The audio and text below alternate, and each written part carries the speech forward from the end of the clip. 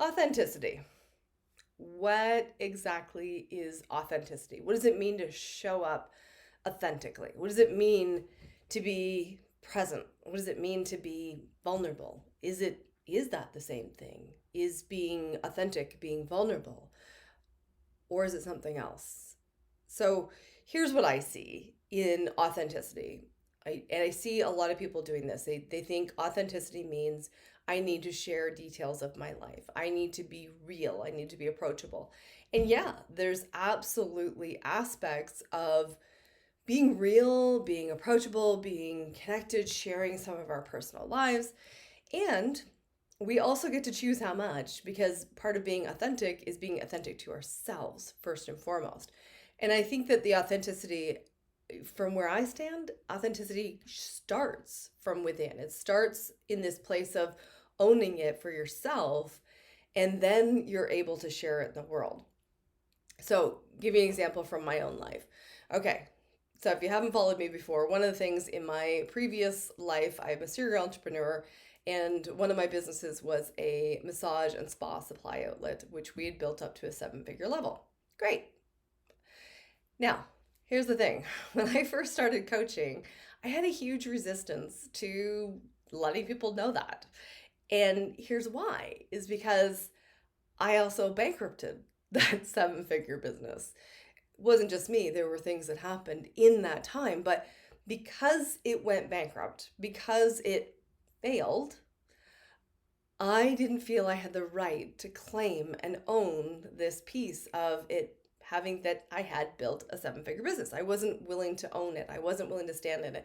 So I, did some dancing around and I, didn't really fully embrace it, which is kind of crazy because when it comes to marketing, hello, if you're going to talk business, business mindset, business coaching, saying that you've built a seven-figure business is pretty powerful, right? But because I wasn't at ease with it, anytime I tried to say it, it always came across kind of wonky. And I would get accused of being arrogant, of being, just too full of myself, too egotistical. And they're true because I wasn't authentic about how I was sharing that. I wasn't integrated. So I had to do my inner work first. I had to look at, what was it about the seven-figure business? What was it about stating that I built a seven-figure business? Why was I not willing to do that? And of course, as I said, the business went bankrupt.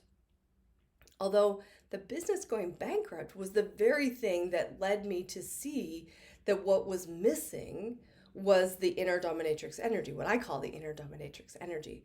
So I had compartmentalized in my life. I had, in the one hand, I was a dominatrix, and on the other hand, I was running this big business. But I wasn't bringing the skill sets across the line.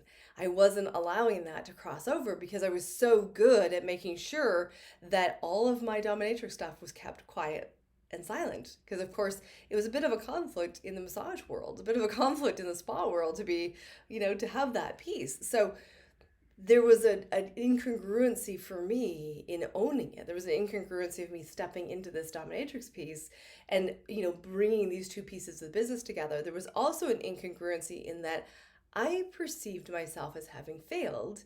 And because I thought that I failed, or I was still kind of, it was still kind of stuck in my system. I mean, I knew I could get that it was the best thing that needed to happen. Everybody was ready to move on. We had 7 people in the one space, everybody ready to move on. Of course, it's going to implode, right? But I knew that on one level, but I hadn't fully integrated it. And until I fully integrated and owned that there was no judgment, that there was no wrongness in having failed, that there was a gift in this at a deep level, like at a cellular level. When I really dropped in and owned it, then I could use this terminology in a way that is authentic. Because I can say it without all of my judgments and bugaboos coming up with it. And this is the thing, is that in order for something to be authentic, in order for you to show up with authenticity, you have to bring who you are energetically. You have to be congruent with what you are talking about. Otherwise, there's that other little cloudy bit that people pick up on, and they may not label it correctly. They may do like what they did with me. They may say, you got too much ego. You're too full of yourself. When the opposite was actually true. But that was the only way that they knew how to label the incongruency that they felt. So to me, authenticity is more about being congruent with what's coming out of your mouth, how you're showing up, and the message that you're delivering. When those pieces are lined up, when you're actually walking your talk, when you are making steps of moving in the direction that you want to go in when it comes to the message that you're sharing, that feels authentic, that feels genuine, and people respond to it. So there's an interesting dynamic, and this is where authenticity gets really quite interesting, is that the energy of being authentic becomes much more valuable than getting the perfect language, than having the perfect message, because that authenticity becomes magnetic. You doing the inner work, you being integrated with who you are and how you're showing up in business is what becomes compelling for people to go lean in and say, I really like what you're doing. Tell me more. I think I want to work with you. I've had people say to me, I'm not sure what you do, but I feel like I need to work with you next. Like you're the next coach. And they don't even know, about my process or what I do or anything. It's just, they can feel it. They can feel the magnetic resonance. They can feel that, being pulled in to what it is that I'm doing because I am showing up authentically.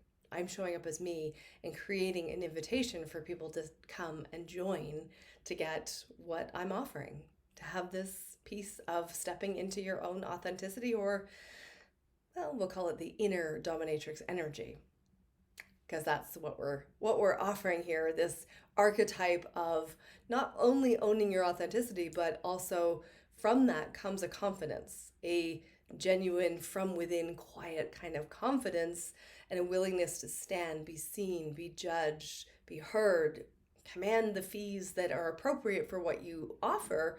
All of those pieces come in. And the first part of it really is about getting congruent, aligned, authentic in what you're doing. So be sure to subscribe if you're watching this on YouTube. Hit the follow button if you're on LinkedIn. And of course, if you're on the web, go over to danaferrant.com. There are loads of goodies and freebies to help you up-level your business with ease, integrate, and get you stepped into your inner dominatrix energy.